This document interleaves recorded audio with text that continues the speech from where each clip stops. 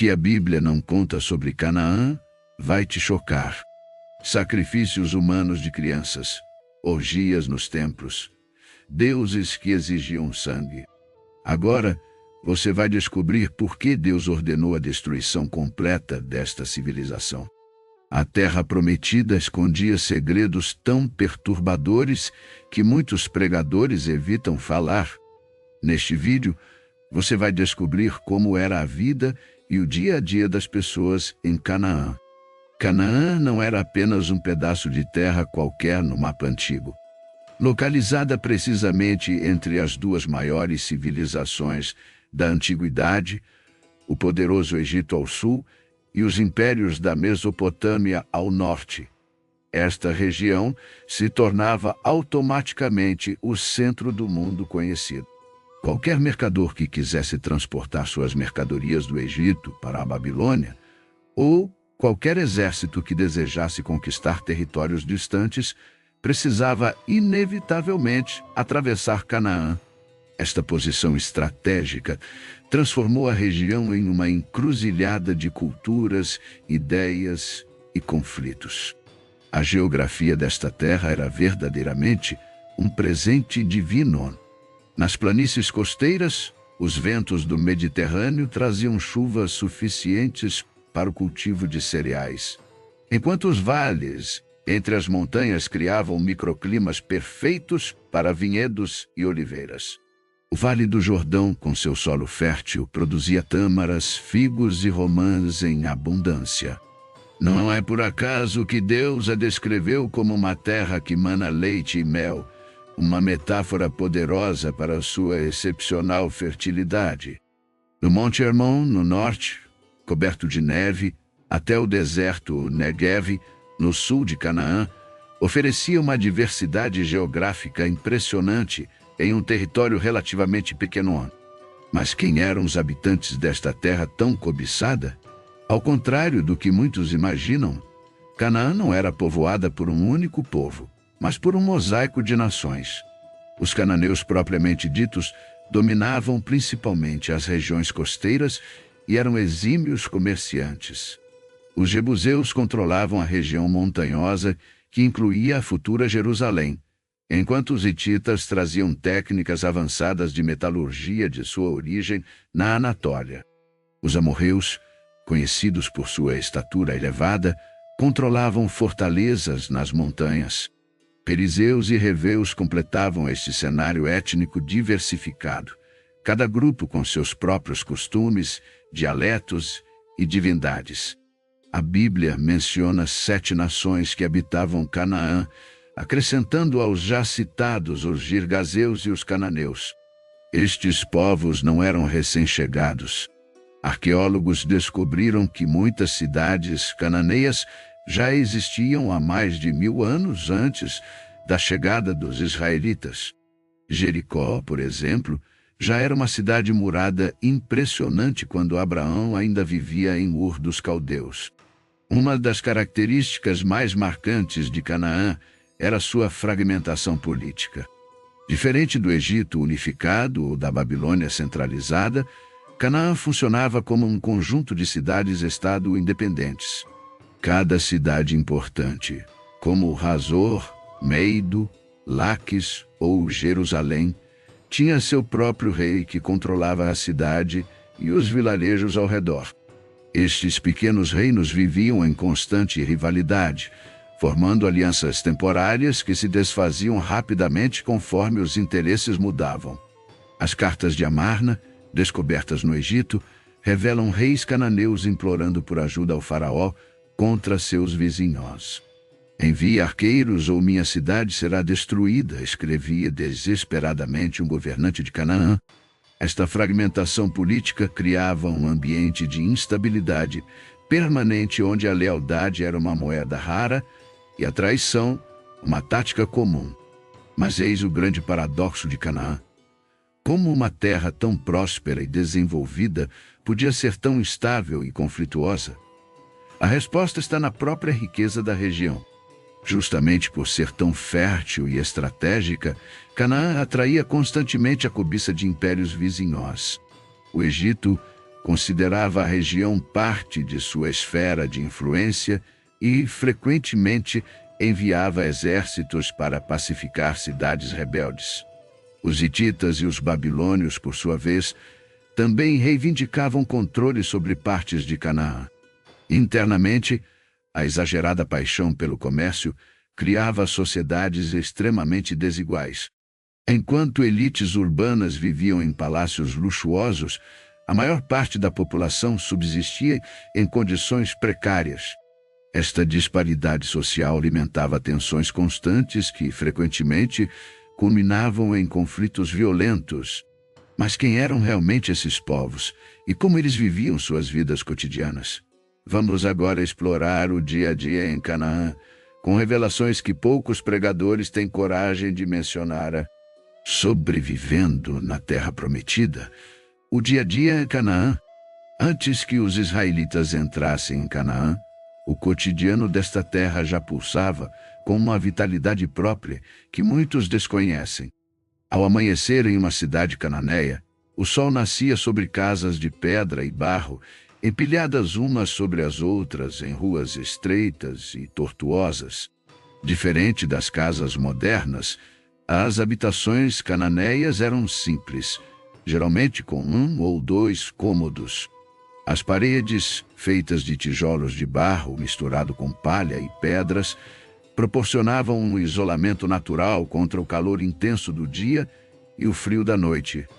Os tetos eram planos, feitos de vigas de madeira cobertas com galhos entrelaçados e uma camada de barro. Estes terraços serviam como extensão da casa. Ali, as famílias dormiam nas noites quentes de verão, secavam grãos e frutas ao sol e às vezes até construíam cabanas temporárias durante as festas. Logo ao amanhecer, as mulheres cananeias já estavam em plena atividade. Seu primeiro trabalho do dia era acender o fogo e começar a moer grãos de trigo ou cevada em moinhos de pedra manuais para fazer a farinha do pão diário. Este era um trabalho árduo que podia levar horas. Enquanto isso, outras mulheres da casa saíam com jarros de cerâmica para buscar água no poço comunal da cidade. Um momento social importante onde notícias e fofocas eram trocadas. A dieta básica do cananeu comum consistia principalmente de grãos. O pão achatado, assado em fornos de barro ou em pedras quentes, era o alimento fundamental, acompanhado de azeite de oliva, azeitonas, lentilhas e grão de bico. Frutas como tâmaras, figos e romãs complementavam a alimentação, assim como leite de cabra, queijos e iogurte. A carne era um luxo reservado para ocasiões especiais e festas, geralmente cabras, ovelhas, ou para os mais ricos, gado molis, e sabor, doda, e ser, alvetenar, aronal, para os. O vinho produzido nas encostas das montanhas de Canaã era a bebida mais comum, muitas vezes diluído com água para render mais. Enquanto as mulheres cuidavam da casa, preparavam alimentos e teciam. Os homens saíam para o trabalho.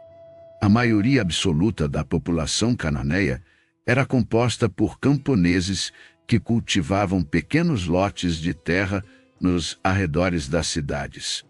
De manhã cedo, eles partiam com suas ferramentas, arados puxados por bois ou jumentos, enxadas, foices de bronze ou ferro para trabalhar nos campos.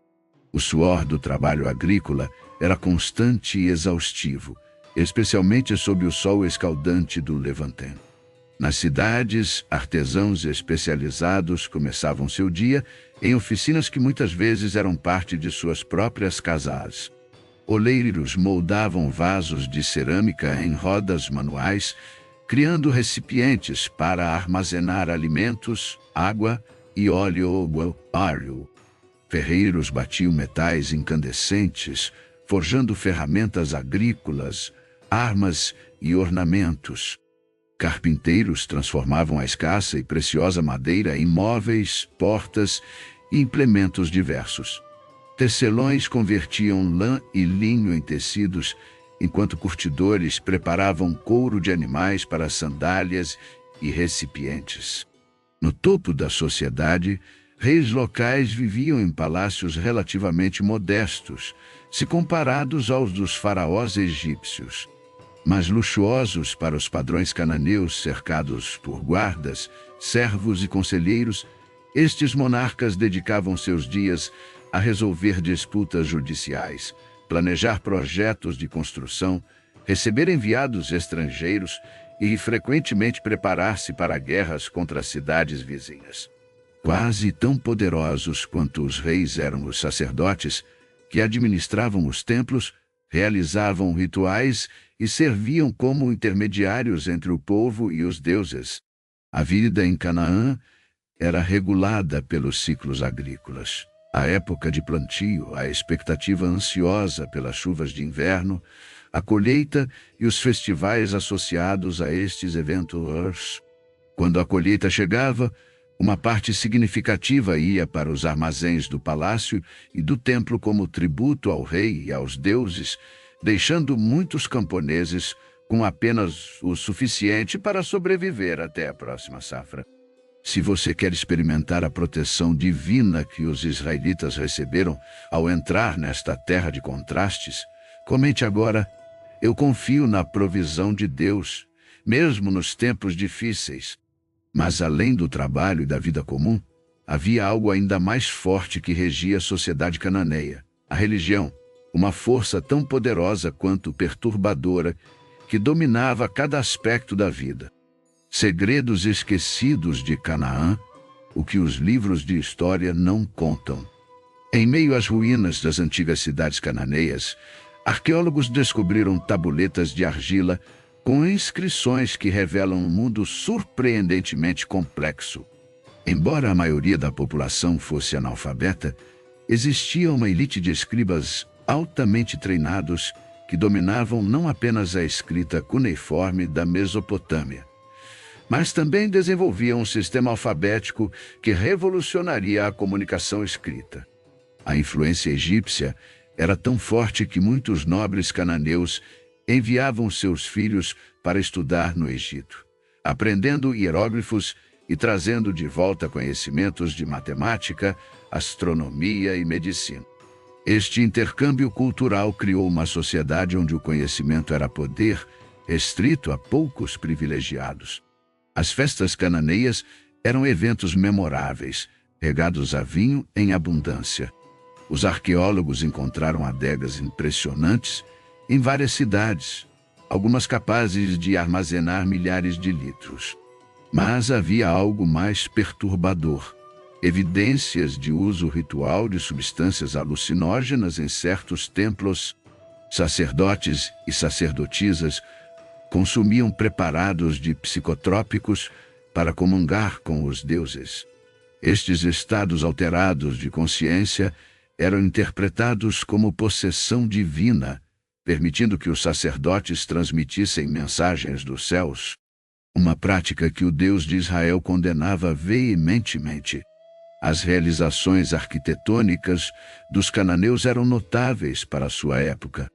Jericó, uma das cidades mais antigas do mundo, possuía muralhas impressionantes com até 6 m de altura, construídas com técnicas avançadas de engenharia. Algumas cidades desenvolveram sistemas rudimentares de aquedutos para fornecer água, canalizando nascentes através de túneis subterrâneos até cisternas centrais. Os templos dedicados a Baal e Astarote eram estruturas imponentes com altares, elevados para sacrifícios, e pátios cercados por estelas e símbolos de fertilidade, os famosos postes de Azera mencionados na Bíblia como abominações. O sistema de justiça em Canaã era brutal e direto. Um rei tinha poder absoluto sobre vida e morte, frequentemente atuando como o juiz supremo. As punições para crimes incluíam multas para ofensas menores, mas rapidamente escalavam para mutilações e execuções públicas. A vingança familiar era institucionalizada, com o princípio do olho por olho aplicado literalmente. Relatos históricos mencionam reis cananeus que cortavam os polegares e dedões dos pés de inimigos derrotados, exatamente como aconteceu com Adoni-Bezek, no livro de Juízes, que confessou ter feito o mesmo com os 70 reis antes de receber o mesmo tratamento. A aparência física era extremamente valorizada na sociedade canaã. Homens e mulheres usavam túnicas coloridas tingidas com púrpura e carmesim, extraídos de moluscos e insetos, cores que simbolizavam poder e riqueza. As mulheres da nobreza adornavam-se com joias elaboradas, brincos, colares e tornozeleiras de ouro e prata, muitas vezes encrustadas com lápis lazuli e cornalina. Os relacionamentos em Canaã seguiam padrões que os israelitas consideravam profundamente imorais. Além dos casamentos arranjados, que eram a norma, homens poderosos mantinham concubinas e escravas sexuais. Durante festivais religiosos dedicados a Astarote, a prostituição ritual era praticada como forma de garantir fertilidade para a terra e templos. As regras: 1. Mantenha a língua original se PT corresponder à língua do transcrição. 2. Traduza apenas se a língua-alvo for diferente. 3. Corrija a pontuação e o espaçamento enquanto preserva o significado. 4. Remova carimbos de data-hora e etiquetas de falante. 5.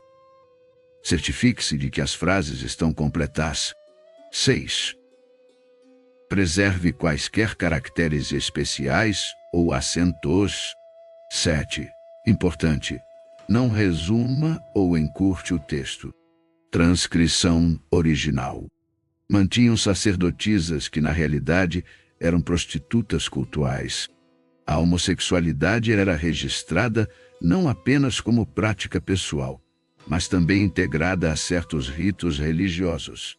O divórcio existia, mas era extremamente desfavorável às mulheres que perdiam direitos sobre filhos e propriedades. A vida em Canaã era frequentemente encurtada por doenças devastadoras. A falta de saneamento básico, com lixo e excrementos acumulados nas estreitas vielas das cidades, criava condições ideais para epidemias. Práticas médicas mesclavam o uso de ervas medicinais com rituais mágicos dirigidos aos deuses da cura. A lepra era particularmente temida, levando ao isolamento completo dos doentes, que eram forçados a viver fora dos muros da cidade. Uma prática que mais tarde seria incorporada na lei mosaica, mas por razões de saúde pública, não de superstição. Se você compreendeu por que o Senhor ordenou a conquista de Canaã, escreva nos comentários: teus caminhos são mais altos, Senhor. E compartilhe este vídeo para que outros também possam entender os planos divinos. Os deuses sangrentos e as filhas de Canaã, religião e mulher na terra prometida. No coração da cultura cananeia estava um sistema religioso que permeava cada aspecto da vida. O panteão era dominado por El, o pai dos deuses. Mas a verdadeira devoção popular se dirigia a Baal, o poderoso deus da tempestade e fertilidade, e sua consorte Astarote, ou Axá, deusa da fertilidade, amor e guerra. Os cananeus acreditavam que o ciclo anual de seca e a chuva representava a morte e ressurreição de Baal, e acreditava-se que os rituais corretos poderiam influenciar essas forças divinas. Os templos cananeus eram estruturas imponentes, geralmente construídos nos pontos mais altos das cidades, os famosos lugares altos, mencionados repetidamente na Bíblia como centros de idolatria. Esses templos tinham pátios para rituais públicos, altares para sacrifícios e áreas secretas onde apenas sacerdotes podiam entrar. Escavações arqueológicas revelaram estátuas de Baal empunhando um raio e de Astarote nua, enfatizando sua sexualidade sagrada. O aspecto mais perturbador desta religião eram os sacrifícios animais que eram rotineiramente oferecidos. Mas em momentos de extrema crise, secas prolongadas, epidemias ou ameaças de invasão, os cananeus recorriam ao sacrifício humano. Evidências arqueológicas comprovam o horror do Mulk, a prática de sacrificar crianças, geralmente primogênitos, a Moloque, uma manifestação de Baal.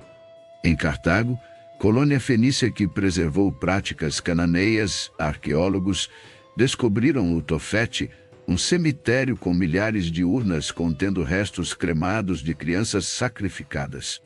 Os rituais de fertilidade constituíam outro elemento central da religião cananeia. Acreditava-se que a união sexual entre Baal e Astarote trazia fertilidade à terra. Este mito era ritualmente encenado nos templos, onde sacerdotes e sacerdotisas realizavam atos sexuais como forma de estimular os deuses a fazerem o mesmo. A prostituição sagrada era institucionalizada, com homens e mulheres dedicados a servir nos templos como prostitutos cultuais, práticas veementemente condenadas na Torá. O calendário religioso cananeu girava em torno dos ciclos agrícolas. O festival mais importante era o Ano Novo, celebrado no outono, quando as primeiras chuvas deveriam chegar. Durante estes festivais, o consumo de álcool e drogas rituais era comum, levando a estados alterados de consciência interpretados como possessão divina. Dentro dessa sociedade profundamente religiosa, as mulheres tinham um papel fundamental, embora profundamente contraditório.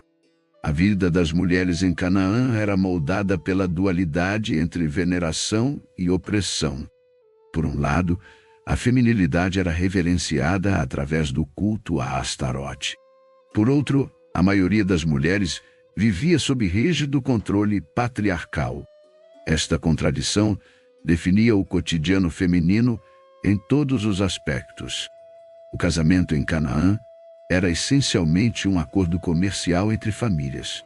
Uma jovem tinha pouca voz na escolha de seu esposo, sendo o casamento arranjado por seu pai, que negociava um preço da noiva a ser pago pela família do noivo. Documentos descobertos em Ugarit, uma cidade cananeia, revelam contratos matrimoniais detalhando estes arranjos financeiros. Uma vez casada, a mulher passava da autoridade do pai para a do marido. Escavações em algumas cidades cananeias revelaram tumbas luxuosas de mulheres, sugerindo que algumas ocupavam posições de poder. Em certas cidades-estado, rainhas governavam após a morte de seus maridos, enquanto os filhos não atingiam a maioridade. Textos egípcios mencionam rainhas de Canaã, com quem os faraós mantinham correspondência diplomática. Na vida cotidiana, as mulheres cananeias eram responsáveis pela manutenção do lar, preparo de alimentos, tecelagem, cuidado dos filhos e várias tarefas agrícolas.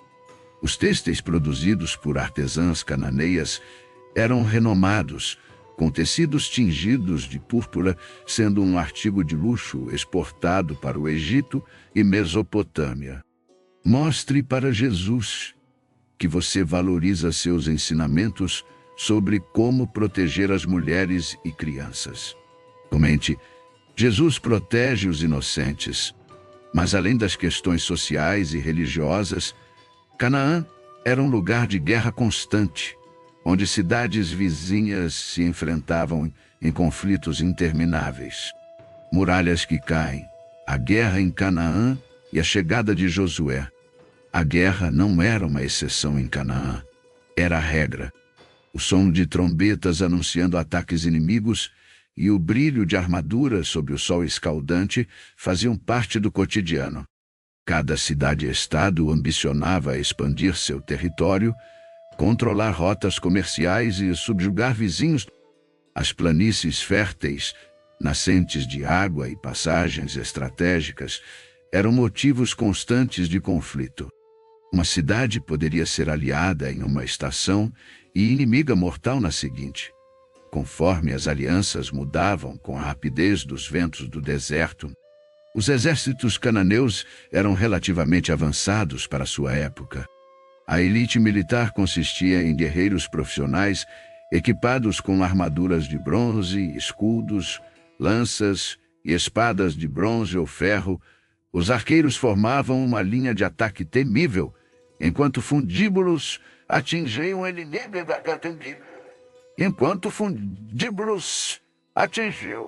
erras mortais. Mas o verdadeiro orgulho militar cananeu eram suas carruagens de guerra, veículos leves puxados por 2 cavalos, transportando um condutor e um guerreiro armado. Estas tanques da antiguidade dominavam as batalhas nas planícies, permitindo ataques rápidos e devastadores. As cidades cananeias investiam enormemente em fortificações defensivas. Jericó, um dos assentamentos mais antigos do mundo, possuía muralhas duplas impressionantes, com até 6 metros de altura e 3 metros de espessura. Escavações arqueológicas revelaram torres defensivas maciças e portões complexos projetados para dificultar invasões. A cidade de Laquis tinha um sistema de muralhas duplas e uma rampa interna que permitia que defensores se movimentassem rapidamente para responder a ataques em diferentes pontos. Estas estruturas defensivas eram tão impressionantes que os israelitas, ao avistá-las pela primeira vez, sentiram-se como gafanhotos comparados aos habitantes locais. As táticas de guerra cananeias eram sofisticadas, combinando ataques de carruagens com manobras de infantaria. Cercos eram comuns, com invasores construindo rampas contra as muralhas inimigas, uma tática adotada pelos assírios e babilônios em períodos posteriores. Os cananeus também dominavam a arte da guerra psicológica, utilizando o terror para subjugar adversários. Registros históricos contam que os vitoriosos frequentemente exibiam cabeças decapitadas de líderes inimigos nos portões das cidades ou empalavam prisioneiros em estacas ao longo das estradas como aviso. Apesar de sua ferocidade em batalha e tecnologia militar avançada, os cananeus sofriam de uma fraqueza fatal, sua incapacidade de se unir. As cartas de Amarna revelam cidades cananeias lutando entre si, mesmo quando ameaçadas por invasores externos. Enquanto meu vizinho cai, eu prospero parecia ser a mentalidade prevalecente. Esta fragmentação significava que potenciais invasores poderiam derrotar cada cidade-estado isoladamente, sem enfrentar uma resposta coordenada. E foi nesse cenário de caos que Josué e os hebreus chegaram após 40 anos vagando pelo deserto. Os israelitas finalmente contemplaram a terra prometida para eles. Canaã não era apenas mais um território a ser conquistado. Era o cumprimento de uma aliança divina feita a Abraão gerações antes.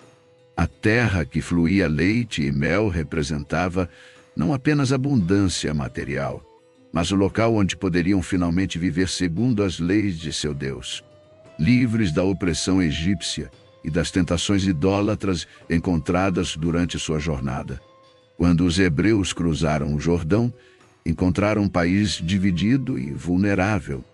A primeira cidade a cair foi Jericó, cujas lendárias muralhas desmoronaram miraculosamente após os israelitas marcharem ao seu redor por 7 dias. Este evento, registrado no livro de Josué, marcou o início de uma campanha militar que mudaria para sempre. A face de Canaã, Hazor, Laquis e outras cidades importantes caíram sucessivamente.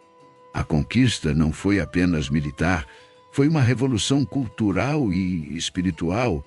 Onde antes se erguiam templos a Baal e Astarote, agora o povo de Israel adorava a Yahu, o Deus único. Os festivais cananeus de fertilidade foram substituídos por celebrações como a Páscoa e o Tabernáculo, que comemoram a libertação e provisão divina. Práticas como sacrifícios humanos e prostituição ritual foram abolidas, substituídas por um código moral baseado nos 10 mandamentos e na lei de Moisés. O choque entre os valores hebreus e cananeus não poderia ser mais profundo. Onde os cananeus viam deuses caprichosos que precisavam ser aplacados com sangue, os israelitas conheciam um Deus que estabelecia uma aliança com seu povo. Enquanto a religião cananeia girava em torno dos ciclos naturais e fertilidade, a fé hebraica se baseava em eventos históricos e revelação direta. Os cananeus buscavam controlar seus deuses através de rituais. Os israelitas eram chamados a obedecer ao seu Deus através de vidas justas. A arqueologia confirma que este período testemunhou uma transformação radical.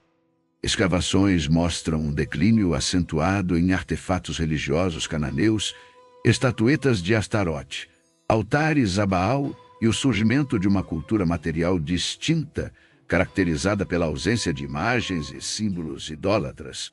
Novas aldeias surgiram nas regiões montanhosas, com padrões arquitetônicos diferentes e ausência dos ossos de porco comumente encontrados em sítios cananeus.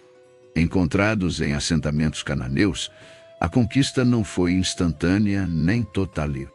O livro de Juízes revela que muitos cananeus permaneceram na terra e sua influência cultural e religiosa continuou a tentar os israelitas por gerações. Esta coexistência tensa é confirmada por descobertas arqueológicas, mostrando uma mistura de práticas culturais em alguns assentamentos do período. Se você acredita que Deus continua lutando batalhas espirituais para cumprir seus propósitos em sua vida, comente: "O Senhor dos Exércitos luta por mim." Deus falou com você hoje? Esta mensagem sobre Canaã não foi por acaso. Foi um chamado. Clique agora no vídeo na tela sobre assim era a vida em Sodoma e Gomorra. A verdade que poucos têm coragem de contar. Você vai descobrir segredos chocantes que explicam por que Deus agiu com justiça e como isso se aplica diretamente à sua vida hoje.